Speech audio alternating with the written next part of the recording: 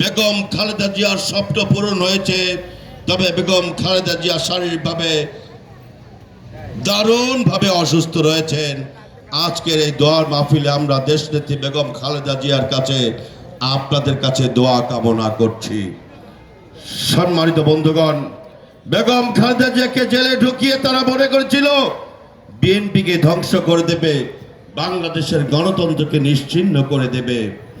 কিন্তু শেখ হাসিনার সেই ষড়যন্ত্র বাংলাদেশের জনগণ এবং বাংলাদেশের জনগণের আগামী দিনের নেতৃত্ব দানকারী দেশনায়ক জনাব তারেক রহমান সফল হতে দেন নাই।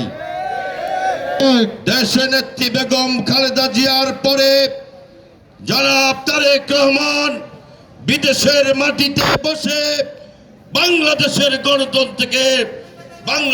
গণতন্ত্রের ঝান্ডা উড্ডীন করার জন্য দিন রাত পরিশ্রম করে দীর্ঘ 1 যুগের বেশি তিনি লাগাতার ভাবে স্বৈরাচার বিরোধী আন্দোলনের নেতৃত্ব দিয়ে বাংলাদেশের আজকে এই ছাত্র গণ অভ্যুত্থানের এই ঐতিহাসিক প্রেক্ষাপট তিনি তৈরি করেছেন। বাংলাদেশের মানুষ সেই দিন থেকে শুরু করে যে আন্দোলন চালিয়ে এসেছিল, সেই আন্দোলনকে ভিন্ন খাতে প্রবাহিত করার জন্য, এই আন্দোলনকে দমানোর জন্য বিভিন্ন বিরোধী দলকে টার্গেট করেছিল আওয়ামী লীগ। অনেক বিরোধী দল আত্মসমর্পণ করেছিল। এখন অনেক রাজনৈতিক দল রয়েছে যারা ইসলামের কথা বলেন আর বিএনপির বিরোধিতা করার চেষ্টা করেন। তারা আবার ফ্যাসিবাদ বিরোধী সাজার চেষ্টা করেন। তাদেরকে কিন্তু আমরা চিনি। তারা কিন্তু আওয়ামী লীগের নির্বাচনে অংশগ্রহণ করেছিল। তারা আওয়ামী লীগের নির্বাচনে অংশগ্রহণ করে আওয়ামী লীগের ক্ষমতাকে দীর্ঘায়িত করার জন্য কাজ করেছে। এই ফ্যাসিবাদ বাংলাদেশে এতদিন পর্যন্ত টিকে থাকার জন্য যে কয়টি কারণ ছিল, এই ইসলামের নামে ধর্ম ব্যবসায়ীরা আওয়ামী লীগের নির্বাচনে অংশগ্রহণ করে আওয়ামী লীগকে সহযোগিতা করেছে। আরেকটি ইসলামী দল রয়েছে, সেই দল প্রথম দিকে বিএনপির সঙ্গে আন্দোলন সংগ্রামে ছিল, কিন্তু আওয়ামী লীগের জুলুম নির্যাতনের কাছে তারা আত্মসমর্পণ করে তারা গত 8টি বছর নীরব ভূমিকা পালন করেছে। মাঠে শুধুমাত্র বিএনপি নেতা কর্মীরা মার খেয়েছে, মাঠে ছাত্র দলের নেতা কর্মীরা মার খেয়েছে, মাঠে যুব দলের নেতা কর্মীরা মার খেয়েছে, জেলে গিয়েছে বিএনপি নেতা কর্মীরা, ছাত্র দলের নেতা কর্মীরা। যদি এতদিন পর্যন্ত বিএনপি নিশ্চুপ থাকতো, তাহলে এই গণতন্ত্র, এই গণ অভ্যুত্থানের ক্ষেত্র কেউ তৈরি করতে পারত না।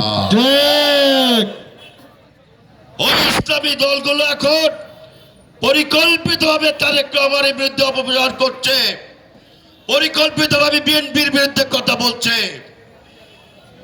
যারা ফ্যাসিবাদ বিরোধী উচ্চারণ করে, যারা বিএনপির বিরুদ্ধে কথা বলে, যারা তারেক রহমানের বিরুদ্ধে কটূক্তিমূলক কথা বলে, তারা ফ্যাসিবাদকে দীর্ঘদিন যাবৎ লালিত করেছে, লালায়ন করেছে।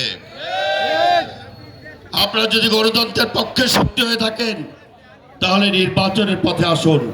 যারা নির্বাচনের বিরোধিতা করে, যারা নির্বাচনের বিরোধিতা করে, বিএনপির বিরোধিতা করে, তারেক রহমানের বিরোধিতা করে, তারা গণতন্ত্রের পক্ষের শক্তি হতে পারে না।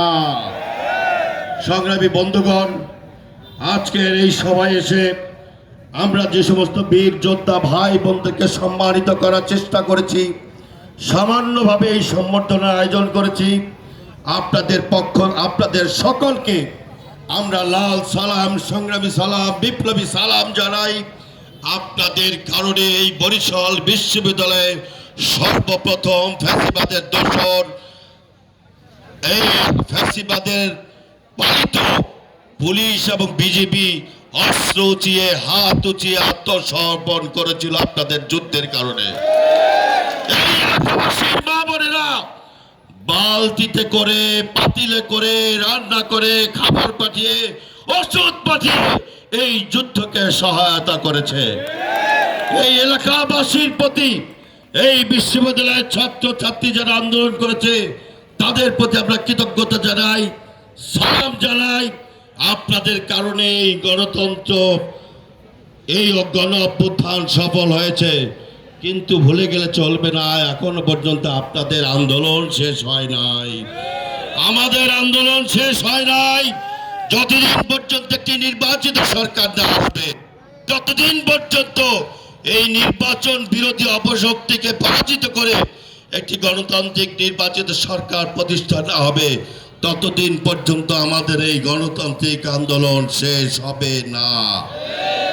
আগামীতে সকল অপশক্তির ষড়যন্ত্র মোকাবেলা করে একটি গ্রহণযোগ্য নিরপেক্ষ নির্বাচনের মাধ্যমে জনগণের সরকার তথা জনাব তারেক রহমানের নেতৃত্বে একটি গণতান্ত্রিক রাষ্ট্র বিনির্মাণের জন্য আমাদের আন্দোলন চালিয়ে যেতে হবে, সফল করতে হবে।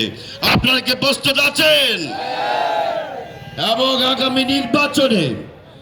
আগামী নির্বাচনে যত ষড়যন্ত্রী হোক বিএনপির বিরুদ্ধে, আপনারা সকলে ধানের শেষের যেই প্রার্থী আপনারা পাবেন, যে যেখানে আছেন, যেখানে ধানের শেষের প্রার্থী পাবেন, যেখানে তারেক রহমানের প্রার্থী পাবেন, যেখানে খালেদা জিয়ার প্রার্থী পাবেন, তাদেরকে বিজয়ী করার মধ্য দিয়ে আমাদের এই আন্দোলন শেষ করতে হবে।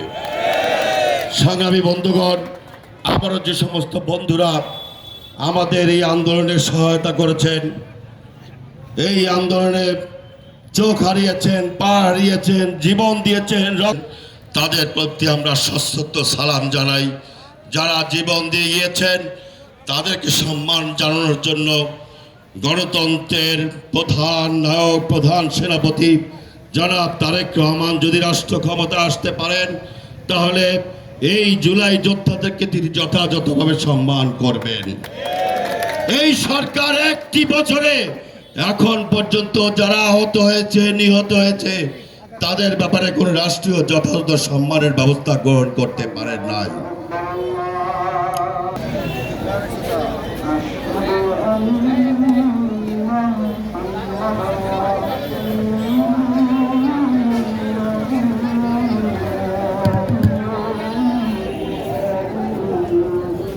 খাবার বিতরণ শুরু করে দাও, খাবার দিয়ে দাও।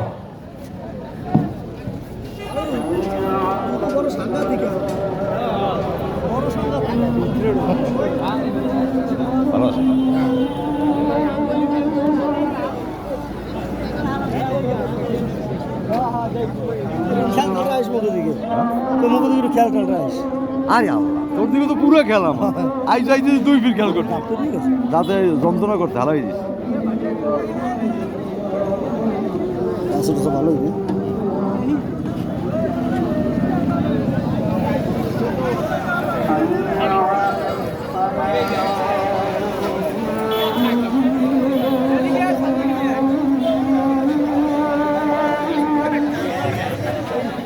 পরবর্তী 2 মিনিটের মধ্যে মনোযোগ শেষ করো, শেষ হয়ে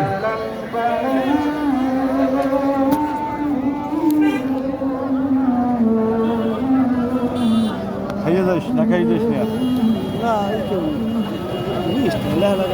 মন লাগবে না। ধর কলম আছে, আমি জানি না।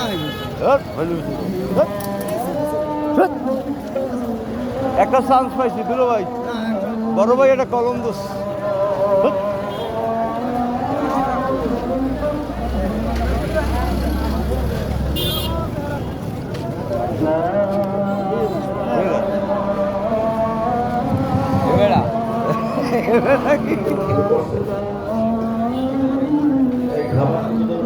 তো কমছো তো না, পালা ধরিয়ে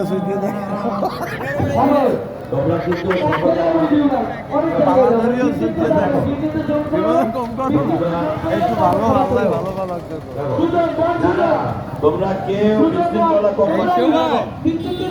লাগবে না।